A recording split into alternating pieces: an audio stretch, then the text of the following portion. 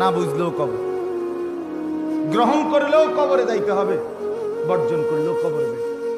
সুখের পাহাড়, সুখের সাগরে যে সেও কবরে যাবে, দুঃখের পাহাড় যাক সেও কবরে যাবে। জীবনে কোনোদিন যে হাসতে পারে নাই তারও মৃত্যু নিশ্চিত, জীবনে কোনোদিন যে দুঃখ দেখে নাই তারও মৃত্যু নিশ্চিত।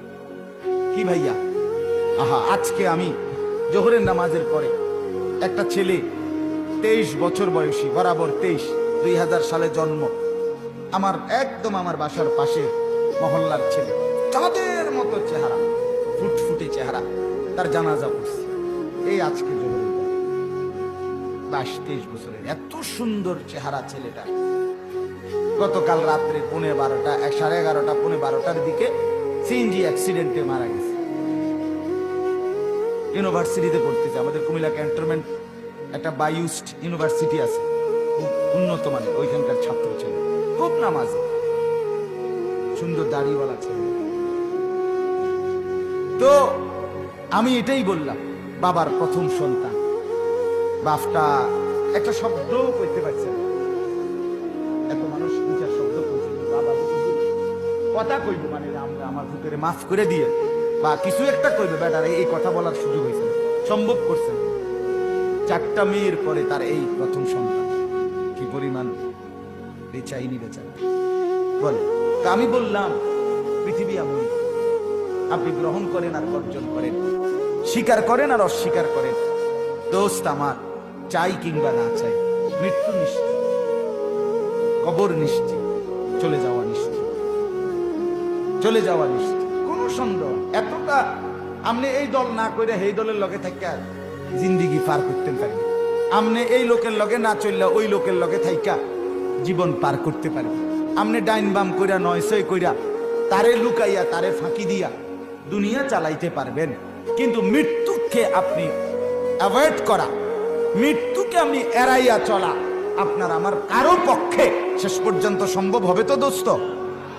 যেটা নিদারুণ বাস্তবতা, যেটা আমার ভাই দিল দিয়া বোঝো তুমি, যেটা অকাট্য সত্য, যেটা নিদারুণ বাস্তবতা, যেটা চোখের সামনে দেখা একবার দুইবার না, শত শতবারে এই দুই চোখে মানুষের লাশ দেখলাম, আমিও দেখছি, তুমিও দেখছো, দেখছো কিনা ভাই? তাহলে এতবার একটা মানুষের মৃত্যু দেখলাম, এতগুলো জানাজা পড়লাম, এতবার কবরস্থানে দেখলাম, এইটাকে আমি চোখ বন্ধ করলেই কি মিথ্যা হয়ে যাবে? আমি স্বীকার না করলেই কি মিথ্যা হয়ে যাবে?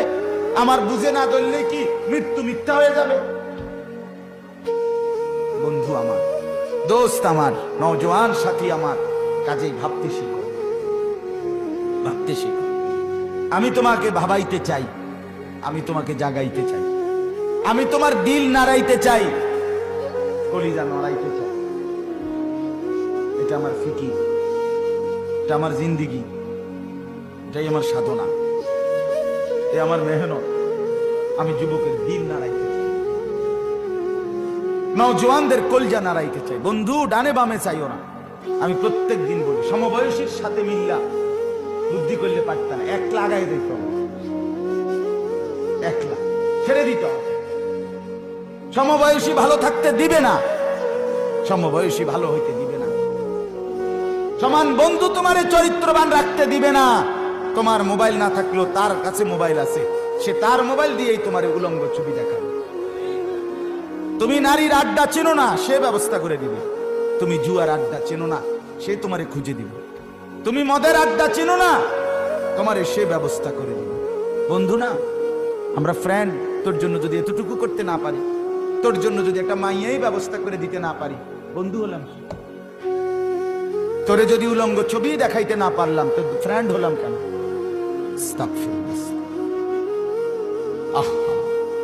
এই জন্য সমবয়সী ভালো থাকতে দেয় না, আগায় যাইতে হয়, ধাক্কায় পার করেই আগায় যাইতে হয়। না বন্ধু, তোদের সাথে থাকলেই আমার জিন্দিগি শেষ না, শেষ পর্যন্ত আমাকে একাই। আমি মায়ের পেট থেকে এসেছিলাম একা, আমি আমার মালিকের সামনে দাঁড়াবো একা। ওয়াউরিদু আলা রাব্বিকা সাফফা লাকাদ জিতুমুনা কামা খালাকনাকুম আউওয়ালা মাররাহ। রব্বুল আলামিন বলেন, একজন একজন করে আমার বান্দাকে আমি রব্বুল আলামিনের সামনে সারিবদ্ধভাবে পেশ করা হবে। একজন একজন। কয়জন? রব্বুল আলামিন বলবেন বান্দা, চোখের সামনে এনে আল্লাহ বলবেন বান্দা মনে কি পড়ে তোমার? মায়ের পেট থেকে যেরকম একজন তুমি বের হয়েছিলে, আজকে সব ঘাট ঘুরে আমি আল্লাহর সামনে একাই এসে দাঁড়াইলে। বন্ধুরা কই? স্বজনরা কই? দোস্ত আহবাবরা কই?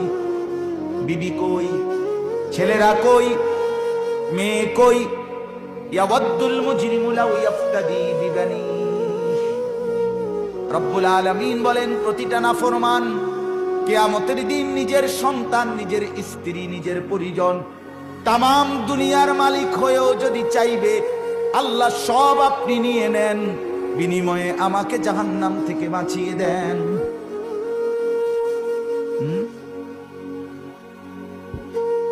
ওমান ফিল আরদি জামিআ, ওমান ফিল আরদি জামিআ, গোটা পৃথিবী নিয়ে নেন মাওলা, বিনিময়ে আমারে শুধু বাঁচায় দেন, আমারে শুধু বাঁচায়। এই জাহান্নাম আল্লাহ যে চিৎকার করছে হাসরের ময়দানে, এরকম সরাসরি আল্লাহ কোরআনে বলছে দোস্ত ওয়াজিআ ইয়াউমা ইদিম বিজাহান্নাম, আমার কোটি কোটি ফেরেশতা দিয়ে আমি আল্লাহ হাসরের মাঠে জাহান্নামকে টেনে আনব। সরাসরি বান্দা দেখবা জাহান্নামের দিকে তাকাইয়া এক নজর। আল্লাহর রাসূল বলেন সমস্ত হাসরের মাঠ তখন এক পলক জাহান্নামের দিকে তাকাইয়াই একটাই শুধু চিৎকার দিয়া উঠবে, ইয়া রাব্বি নাফসি নাফসি, ইয়া রাব্বি সাল্লিম সাল্লিম, হায় মাওলা আমার লা আসআলুকা আল-ইয়াওমা উম্মি ওয়ালা উখতি। হাদিসে আছে আল্লাহর নবী বলেন, মুসা নবী বলবে আল্লাহ মা কেউ চাই না, বোন কেউ চাই না, বাল আসআলুকা আল-ইয়াওমা নাফসি, আজ আমি শুধু মুসা নিজেকেই বাঁচাইতে চাই। ইব্রাহিম নবী বলবে আল্লাহ আমার কলিজার টুকরা সন্তান ইসমাইলকে দেখা যায়, আমি তার ব্যাপারে কিছুই বলছি না মাওলা, তারটা সে বুঝুক মাওলা, আমি ইব্রাহিম শুধু আমাকেই বাঁচাইতে চাই। ইয়াকুব নবী বলবে আল্লাহ ইউসুফকে দেখা যায়, এটা সেই সন্তান আমার 40টা বছর একটানা দুনিয়ায় কানতে কানতে যার বিরহে অবিয়াদ্দাত আইনাহু মিনাল হুজনি, আমার দুইটা চক্ষু অন্ধকার হয়ে কালো সাদা হয়ে গেছিল, অন্ধ হয়ে গেছিলাম।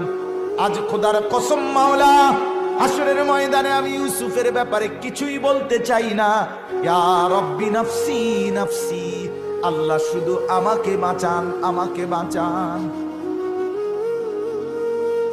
গোটা মাঠ বলবে আম্বিয়ারা, আউলিয়ারা, সাহাবারা, নেক বান্দা, বেঈমান সব বলবে আল্লাহ আমাকে বাঁচান, আমাকে বাঁচান। কাকে বলেন না? আমাকে। কাকে? ইয়া রাব্বি নাফসি নাফসি।